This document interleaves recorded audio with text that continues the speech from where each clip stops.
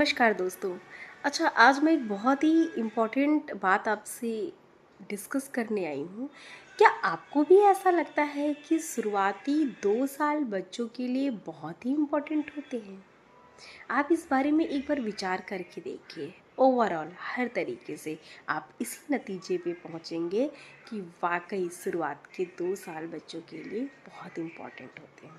अगर हम साइंटिफिक नज़रिए से देखें तो हम ये पाएंगे कि साइंस ये कहता है, रिसर्च ये कहती है कि शुरुआती जो 2 साल है, उन 2 सालों में बच्चे का जो ब्रेन डेवलपमेंट है वो बहुत ही तीव्र गति से होता है।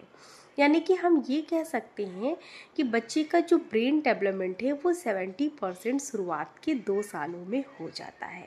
यानी कि पूरा एक जो परिपक्व इंसान होता है, उसका 100% जो दिमाग होता है, उसका 70% विकास बच्चे के शुरुआती 2 सालों में हो जाता है।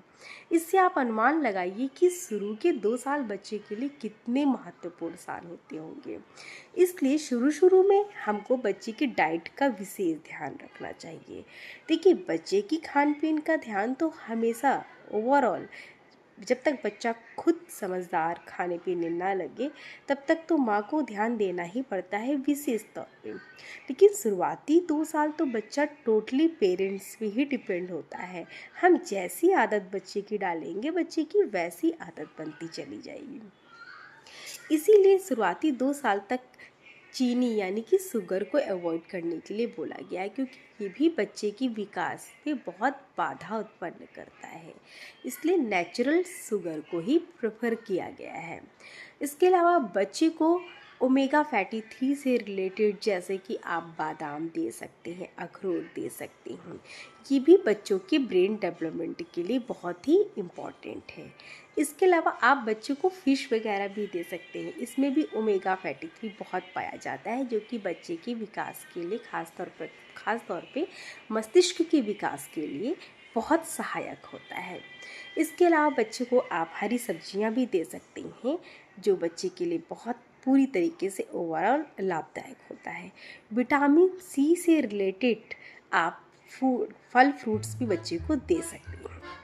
विटामिन सी में जैसे कि आप नींबू दे सकते हैं। नींबू को आप दाल, खिचड़ी कुछ भी बनाए उसमें डाल करके बच्चे को दे सकते हैं।